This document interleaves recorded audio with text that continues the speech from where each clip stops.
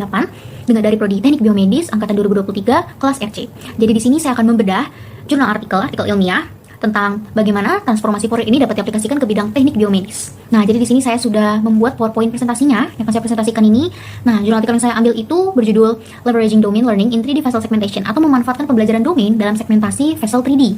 Nah, jadi autornya adalah Xin Yuan Wang, Cheng Wei Pan, Hong Ming Dai, dan Kang Min Zhao, Xiao Zhang, dan Yi Zhou Yu. Nah, jadi pertama-tama kita bisa langsung ke table of content ya. Yang akan saya bedah di sini adalah pertama ada pendahuluan, metode, hasil, diskusi, kekurangan dan kelebihan, serta ide perbaikan. Jadi, pendahuluan. Jadi kalau misalkan kita lihat di papernya, jadi ada introduction, bab pertama yaitu mengenai coronary microvascular disease is a major threat to human health. Jadi bagaimana ini perkenalan mengenai penyakit jantung koroner. Nah, tomografi angiography atau CTA computed is widely used for the diagnosis and treatment planning of coronary artery disease due to its non-invasive and capability of provide high resolution 3D imaging. Jadi pertama-tama jantung koroner itu merupakan penyakit karena adanya penumpukan plak. Penumpukan plak itu dari kolesterol. Nah, plaknya ini yang numpuk, dia menyebabkan arteri koroner ini jadi menyempit, membatasi saluran darah ke jantung. Nah, terus habis itu jadi diagnosanya itu dalam bertahun-tahun ini sudah pakai namanya CTA, yaitu Computed Tomography Angiography. Nah, segmentasi darah ini. Nah, segmentasi darah itu adalah proses visualisasi dan analisis bagian-bagian tertentu dari gambar CTA. Nah, dia ini untuk membantu diagnosis dan mengukur tingkat penyumbatan pada arteri koroner ini sudah seberapa sih gitu. Nah, jadi di paper ini solusi umumnya adalah penggunaan CT kan sudah bertahun-tahun. Nah, tapi ada masalah nih pada CT ini. Pada model segmentasi otomasi 3D ini buat pembuluh darah ini, dia memang bertahun-tahun ini membantu dokter untuk deteksi dini. Cuman ada masalah sehingga author ini membuat sebuah rekayasa baru. Masalahnya adalah si unit ini variannya sulit menangkap hubungan jangka panjang antar area gambar. Nah, bisa langsung ke slide berikutnya ya. Ini dia. Nah, unit ini punya kelemahan, bisa dilihat nih. However, the stack convolution in unit family are hard to capture a long range dependencies between different regions, which may lead to inaccurate segmentation due to the intricate tubular structure of coronary arteries. Nah, model lama seperti unit ini sulit banget mengenali struktur yang rumit, dan model baru seperti transformer butuh komputasi yang besar. Nah, kenapa begitu? Karena unit itu arsitekturnya cuma pakai satu konvolusi lokal. Nah, terus juga dia tidak mampu menangkap hubungan jangka panjang antar bagian gambar. Terus segmentasinya itu tidak akurat untuk pembuluh darah kecil dan berkelok. Nah, lalu di artikel ini adalah solusi dan rencana yang diajukan. Nah, solusi dan rencana yang diajukan itu pertama adalah author ini mau mengubah attention dan convolution yang besar ini pakai teknik domain frekuensi atau discrete Fourier transform (DFT). Nah, terus poin kedua adalah memanfaatkan FFT (fast Fourier transform) untuk proses efisien, tapi tetap mampu melihat seluruh area gambar. Jadi struktur pembuluh darah ini tetap terlihat gitu besarnya.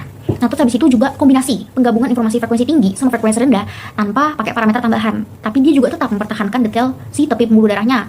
Kayak bentuk besarnya pun juga besarnya kayak strukturnya. Terus poinnya terakhir adalah rancang arsitekturnya baru. Namanya adalah FSED atau Fourier Segmentation Network. Nah, dia ini mengatasi kekurangan model lama tanpa membebani komputasi.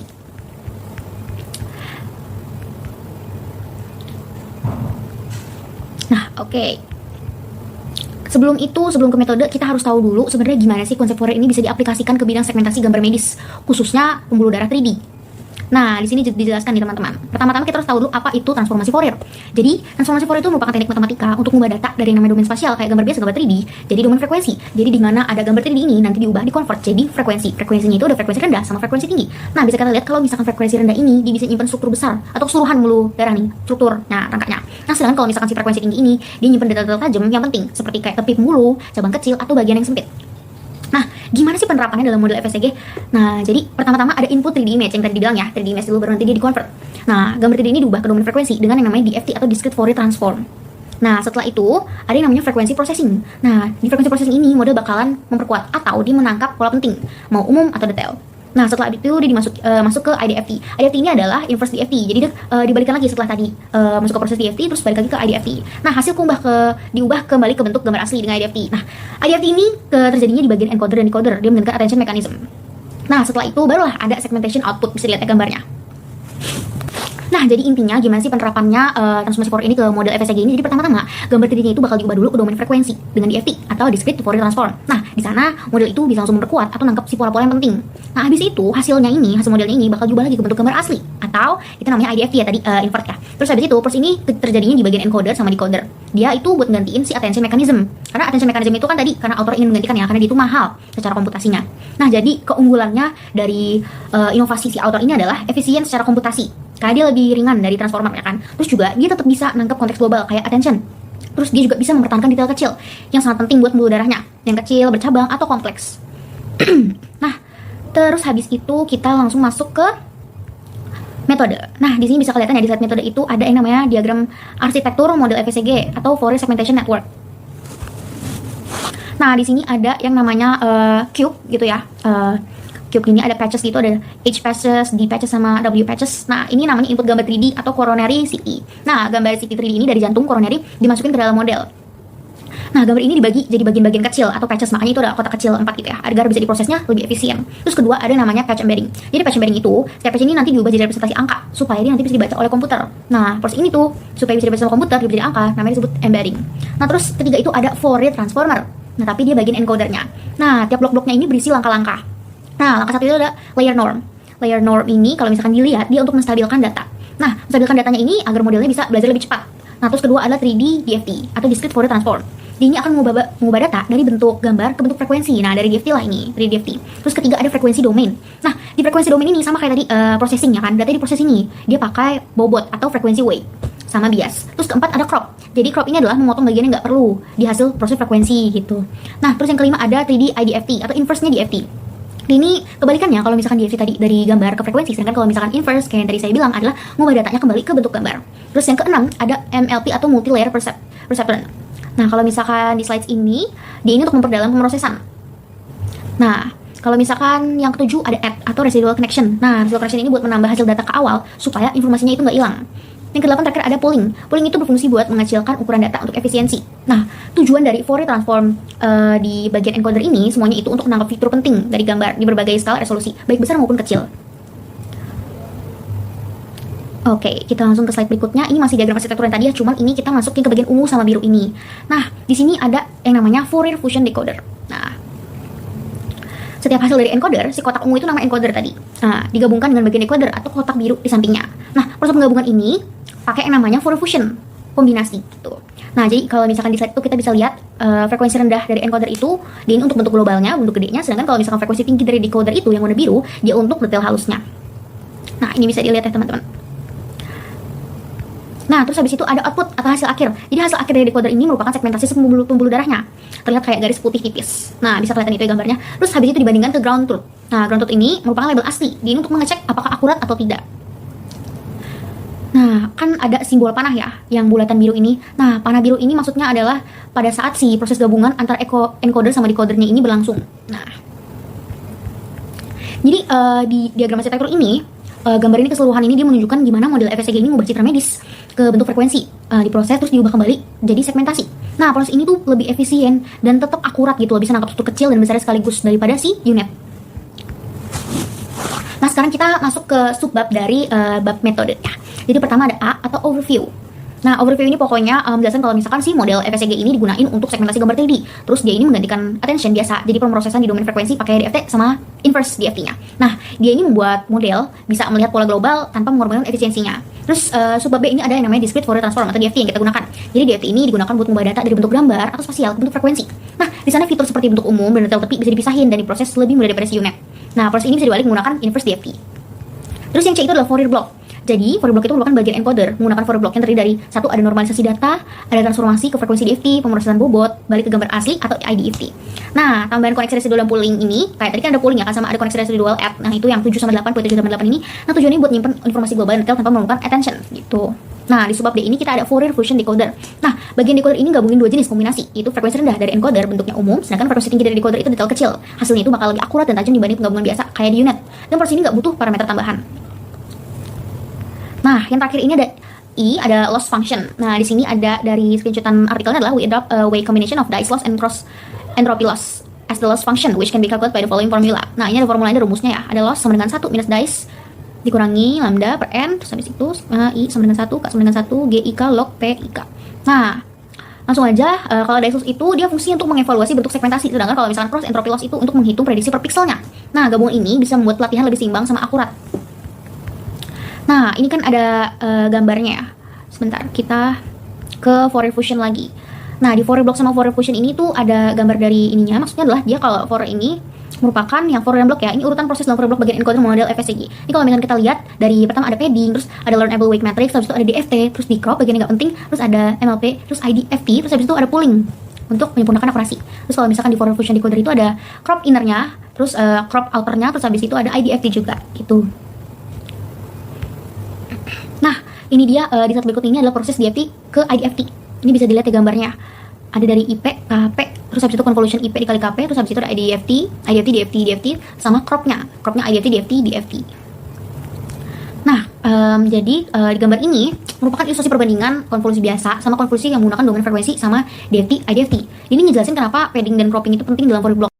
Gambar pertama ini yang IP ini, dia merupakan gambar input dari CT scan. Gambar keduanya itu merupakan filter yang digunakan buat proses konvolusi. Sedangkan gambar ketiganya ini, konvolusi IP kali KP ini, dia merupakan hasil dari konvolusi biasa di domain spasial ya, domain gambar. Tapi ada muncul efek gangguan atau wraparound di tepi gambarnya, bisa dilihat. Nah, kalau misalkan yang keempat ini ada IDFT, DFT, DFT-K. Nah, dia ini merupakan hasil dari konvolusi domain frekuensi, tapi nggak pakai crop. Nah, hasilnya ini mirip atau tapi tetap ada noise atau gangguan di tepi. Nah, sedangkan gambar kelima ini crop IDFT. Nah, berarti dia ini hasil konvolusi di frekuensi dengan cropping setelah IDFT. Nah, ini adalah hasil yang paling bersih dan sesuai harapan karena gangguan di pinggirnya dihilangin kalau misalkan dilihat dari yang lain sebagainya ya. Jadi intinya proses DFT IDFT ini harus disesuaikan sama padding atau crop supaya hasil setara atau bahkan lebih baik. Nah, dari konvolusi biasa. Nah, sekarang ini kita ke slide berikutnya. Nah, ini ada Fourier Fusion Decoder sama konfigurasi FSCG network. Nah, Fourier Fusion Decoder ini menggabungkan informasi dari encoder dan decoder di domain frekuensi, bisa dilihat ya. Ini dari encoder feature, dari DFT, terus high resolution high frequency, terus ke low resolution low frequency, terus habis itu ke mixed frequency feature, di mix. Terus habis itu dapatlah 3D IDFT, terus habis itu decoder feature. Jadi dimana pada saat encoder feature ini diubah ke domain frekuensi dengan 3D DFT, high frekuensinya ini diambil dari encoder. Nah, sedangkan low frekuensinya diambil dari decoder yang lebih mendalam gitu. Nah, keduanya itu digabung namanya fusion di domain frekuensi. Jadilah mixed frequency feature. Nah, hasilnya ini bakal kembali lagi ke bentuk 3D IDFT yang digunakan sebagai fitur decode akhir. Nah, tujuannya ini buat mempertahankan detail tepi kayak untuk pada frekuensi tinggi dari encoder dan makna bentuk global si frekuensi rendahnya. Nah, kedua itu ada konfigurasi FSCG network. Nah, itu bisa dilihat ada tabel 3 versi modul FSCG. Ada FSCG-S, FSCG-M, sama FSCG-L. Jadi, jumlah blok tiap tahap itu sama-sama ada 4 ya. Maksudnya ada 2. Kalau misalkan dari FSCG-S itu ada 4, M juga 4, FSCG-L juga 4. Nah, jadi urutan ini gini. Jadi semakin besar model, dia bakal semakin besar ukuran fitur dan kemampuan deteksinya. Nah, S ini merupakan paling besar, habis itu M, habis itu L. Nah, intinya kalau misalkan kita bisa pilih model sesuai kebutuhan. FSCG-S berarti lebih ringan, FSCG-L berarti lebih akurat dan berat gitu. Sedangkan FSCG-M itu diantaranya. Nah, sekarang kita ke bab berikutnya adalah hasil. Hasil itu pertama ada subbab dataset. Jadi dataset ini merupakan model yang diuji pada artikel ini. Ada 3 dataset untuk model jantung 3D, yaitu ada ASA-CA 100 dan ASA-CA 500. Nah, dia merupakan dataset publik buat segmentasi aorta dan arteri koroner. Sedangkan yang ketiga adalah image CAS. Nah, dia ini merupakan dataset dari rumah sakit di China. Nah, dia ini pakai CTA 3D khususnya untuk pasien dewasa. Nah, kedua ada eksperimen settings. Eksperimen settings ini kalau misalkan di artikel ini poin-poinnya saja ya yang saya masukkan. Jadi di eksperimen settings ini semua gambar itu dipotong jadi potongan kecil 96 kali 96 kali 96. Jadi dia membentuk sliding window. Terus habis itu model dilatih dengan batch size 4 dan optimizernya pakai Adam W. Nah, terus habis itu evolusi juga dilakukan berdasarkan DiSTOR dan IOU atau matrix segmentasi 3D. Nah, implementasi dijalankannya pakai GPU NVIDIA A100. Nah, terus habis itu ada C dan D ini satu tabel ya, data augmentation sama matrix. Nah, data augmentation itu bisa dilihat di hasil akurat model atau DiSCORE. Nah, tadi kan di poin experimental settings ini ada ini ya, nyebut DiSCORE ya. Nah, ini dia bisa dilihat DiSCORE-nya kalau misalkan dataset ini ya. Kalau misalkan yang ASA 100 itu dia dapat FSCG-L DiSCORE-nya itu 83,23%. Kalau yang 500 itu dia dapat 83,37% dan yang image CAS-nya itu dapat 80,32%. Nah, model FSCG-L ini selalu unggul di semua dataset dibanding sama model lain kayak UNet, TransUNet, UXNet dan lain sebagainya. Nah, terus habis itu kita bisa ke efisiensi komputasi. Nah, efisiensi komputasi ini bisa dilihat ya dari kalau misalkan kita analisis tabel itu, FSCG-S itu paling kecil karena dia cuma butuh 40,58 GFLOPS. Nah, tapi masih lebih akurat daripada si UNet. Nah, kalau misalkan FSCG-L dia ini paling akurat, waktu komputasinya itu lebih besar sekitar 574,65,65 GFLOPS. Tetap efisien tapi dibandingkan sama UXNet, UNet dan Transformer.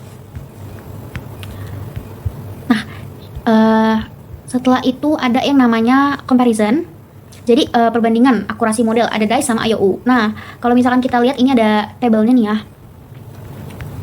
Jadi kalau misalkan comparison itu gini. Perbandingan FSCG-L ini kalau misalkan kita tahu ya dari subbab tadi yang C dan D itu, FSCG-L itu selalu berada di posisi paling atas. Bahkan dia lebih unggul daripada UXNet, UNet dan Transformer seperti Swing UNet TR. Sama model ini juga bukan hanya efisien tapi juga sangat akurat. Terus perbandingan komputasi tentang efisiensi sama akurasi. Nah, FSCG-S ini super ringan, kan dia paling kecil kan, tapi dia udah lebih baik daripada UNet. Sedangkan kalau misalkan FSCG-L ini paling akurat dan masih lebih ringan dibandingkan UXNet. Nah, FSCG ini jadi menawarkan skala SML. Nah, tergantung kebutuhannya mau ringan atau super kuat gitu. Jadi urutannya dari urutannya itu bisa kita lihat kalau misalkan dia dari SML gitu. Yang terkuat itu yang terkuat itu pokoknya yang ini. Oke, ini bisa dilihat dari tabel 3 dan 4. Ini ada fusion decoder plus Fourier filter plus padding. Ini dijadi kombinasi terbaik. Terus tanpa padding atau tanpa fusion hasilnya turun. Nah, tadi sudah dijelaskan betapa pentingnya pemakaian padding dan crop. Terus FSG ini mengungguli semua model dari segi akurasi, DAIS dan IOU. Bisa dilihat. Nah, jadi di sini ada gambar ya. Jadi merupakan perbandingan visual hasil segmentasi pembuluh darah dari beberapa model. Ini bisa dilihat yang dibandingin itu model di UNET, WinUNET TR, UXNet, dan Ours atau FSG. Nah, FSG ini punyanya si author. Terus dibandingin sama yang ground truth atau label aslinya. Nah, warna merah ini tuh dia merupakan hasil segmentasi pembuluh darahnya. Sedangkan kalau misalkan yang kotak-kotak hijau ini dia area pembesaran buat ngelihat detail lebih jelas. Nah, kalau misalkan anak panah biru ini dia buat nunjukin kesalahan atau bagian hilang dari model lain. Nah, bisa dilihat ya kalau misalkan model FSG ini dia masukkan bentuk yang paling mirip sama ground truth, terutama di bagian-bagian detail halusnya. Sedangkan UNET sama UXNet ini terlihat hilang di bagian struktur, terutama pembuluh kecilnya itu nggak kelihatan, nggak kebaca. Nah, jadi dari secara visual pun FSG ini terbukti lebih akurat menangkap bentuk pembuluh darah. Kayak cabang-cabang kecilnya pun lebih unggul kalau misalkan dari UX sama UXNet NETR gitu. Nah, kita sekarang masuk ke bab diskusi. Jadi di bab diskusi ini conclusion, jadi membahas kalau misalkan menggunakan domain frekuensi atau Fourier itu membuat model lebih peka terhadap bentuk global dan detail kecil secara bersamaan. Nah, dibandingin sama UNET dan UXNet, model FSG ini lebih stabil, akurat, dan scalable. Bisa dipakai versi kecil atau besar. Tadi sudah dibandingkan ya dari cara visual. Nah, model FSG ini bukan hanya efisien dan akurat, tapi juga dibuktikan secara eksperimen bahwa desainnya memang memberi dampak besar, baik pada publik maupun klinis. Sekarang kita masuk kekurangan dan kelebihan. Nah, kekurangan dan kelebihan itu adalah pertama, menggunakan domain frekuensi Fourier transform ini kelebihannya. Nah, dia ini untuk segmentasi pembuluh darah. Jadi pakai pendekatan yang jarang digunakan, tapi terbukti efektif gitu. Pakai DFT sama IDFT, kebalikannya gitu. Nah, terus poin kedua dari kelebihan adalah model FSGL ini bisa ngalahin semua model lama dan baru pada dataset publik dan klinis. Nah, terus habis itu yang ketiga adalah versi kecilnya, FSGS yang paling kecil, dia ini lebih ringan daripada UNET atau lebih ringan, tapi masih sangat akurat. Nah, yang keempat itu adalah model terbagi jadi blok-blok supaya dia ini jadinya mudah dipahami. Nah, untuk kekurangannya itu datasetnya terbatas di jantung. Nah, artikel ini tuh cuma menjelaskan tentang jantung karena ya di abstraknya itu kita membahas jantung koroner ya. Nah gitu, terus habis itu dia belum ada uji klinis langsung, belum dibahas. Terus juga dia nggak fokus pada waktu interference. Nah makanya di sini di ide perbaikan ya saya masukin uji model di organ lain. Misalnya kalau misalkan dia bisa dipakai untuk segmentasi pada otak, ginjal, atau retina, nah berarti pemodelan FSG ini bisa digunakan lebih luas kan. Terus habis itu untuk menambahkan evaluasi klinis nyata. Jadi kalau misalkan ada uji klinis coba sama dokter aslinya buat melihat supaya hasil segmentasi ini membantu diagnosis. Nah, itu lebih bagus lagi kalau misalkan diletakkan di artikelnya. Nah, terus habis itu optimalkan waktu proses. Nah, segmentasi ini kalau bisa waktunya itu dipercepat supaya modelnya ini bisa dipakai secara real time. Nah, itu lebih bagus lagi. Nah, habis itu ada optimalkan waktu proses. Maksud saya di sini adalah kita bisa nambahin lebih banyak contoh gambar hasil segmentasi buat membantu interpretasi pengguna medis gitu. Jadi nggak cuma satu doang, jadi ada banyak gitu loh. Nah, jadi sekian itu saja dari saya beda artikel leveraging frekuensi domain, learning in 3D vessel segmentation, bagaimana transformasi Fourier ini yang tadi kita pakai di DFT, IDFT ini bisa membaca diagnosa awal dari jantung koroner. Sekian dari saya. Wassalamualaikum warahmatullahi wabarakatuh. Semoga bermanfaat.